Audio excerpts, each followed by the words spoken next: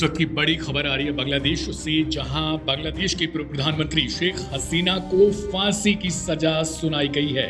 ये सजा international crime tribunal का जो है वो कोर्ट का बड़ा आदेश है, बड़ा फैसला है। शेख हसीना को फांसी की सजा दी गई है। बांग्लादेश जो वर्तमान सरकार है उसकी तरफ से कोर्ट से इस बात के लिए दरख्वास्त की जा रही थी, लगातार इस बात के लिए प्रेशर बनाया जा रहा था कोर्ट पर कि वो फांसी की सजा दे पूर्व प्रधानमंत्री शेख हसीना।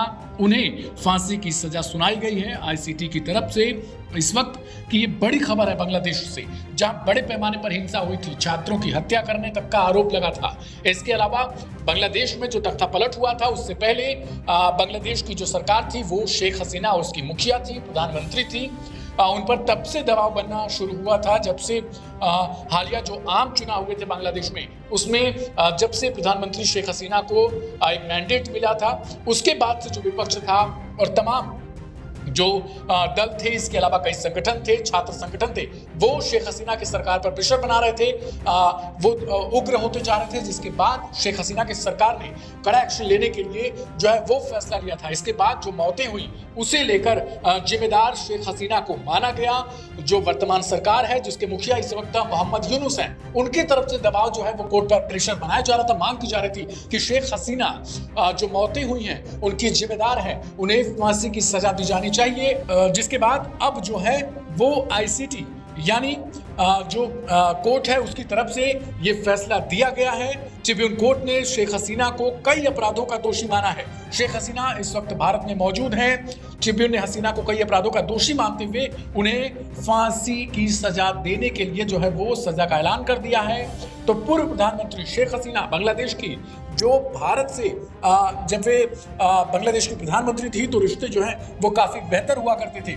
उस वक्त शेख हसीना जब बांग्लादेश में तख्ता पलट हुआ उसके बाद से वो लगातार भारत में रह रही हैं और यहीं से वो बांग्लादेश को अपना संदेश जारी करती हैं। किसी भी फैसले को मानने से उनकी तरफ से इनकार पहले ही कर दिया गया था कि जो वर्तमान सरकार है वो कोर्ट पर दबाव बनाएगी, वो फांसी की सजा देने की अगर मांग करती है तो उसे वो नहीं मानती, बल्कि उनके जो बेटे हैं उनकी तरफ से भी लगातार तमाम सोशल मीडिया हैंडल्स पर इसके लिए कवायद की जाती रही है। तो बांग्लादेश की जो पूर्व पीएम है उन्हें फांसी की सजा जो है वो आईसीटी की तरफ से दे दी गई है। अब देखना ये होगा कि शेख हसीना का होगा क्या, क्योंकि वो भारत में इस वक्त मौजूद हैं और बांग्लादेश की जो वर्तमान सरकार है उसकी तरफ से लगातार भारत सरकार से ये गुजारिश की जाती रही है कि वो प्रत्यर्पण को मंजूरी दे, जो शेख हसीना है उन्हें सौंप दिया जाए बांग्लादेश को। लेकिन भारत की तरफ से इस पर कोई फैसला नहीं लिया गया था। इंटरनेशनल क्राइम ट्रिब्यूनल का ये बड़ा फैसला है, शेख हसीना को फांसी की सजा सुना दी गई है। सवाल ये है कि क्या शेख हसीना अब भारत से बांग्लादेश जाएंगी, बांग्लादेश की सरकार का रुख क्या होगा और उस पर भारत सरकार की तरफ से क्या एक्शन लिया जाता है, ये बहुत दिलचस्प हो जाता है आने वाले समय के लिए। फिलहाल देखना ये होगा कि अब फांसी की सजा को किस तरीके से अमल में लाया जाता है। क्या शेख हसीना इसके आगे भी कहीं अपनी तरफ से अपील दायर करेंगी या नहीं।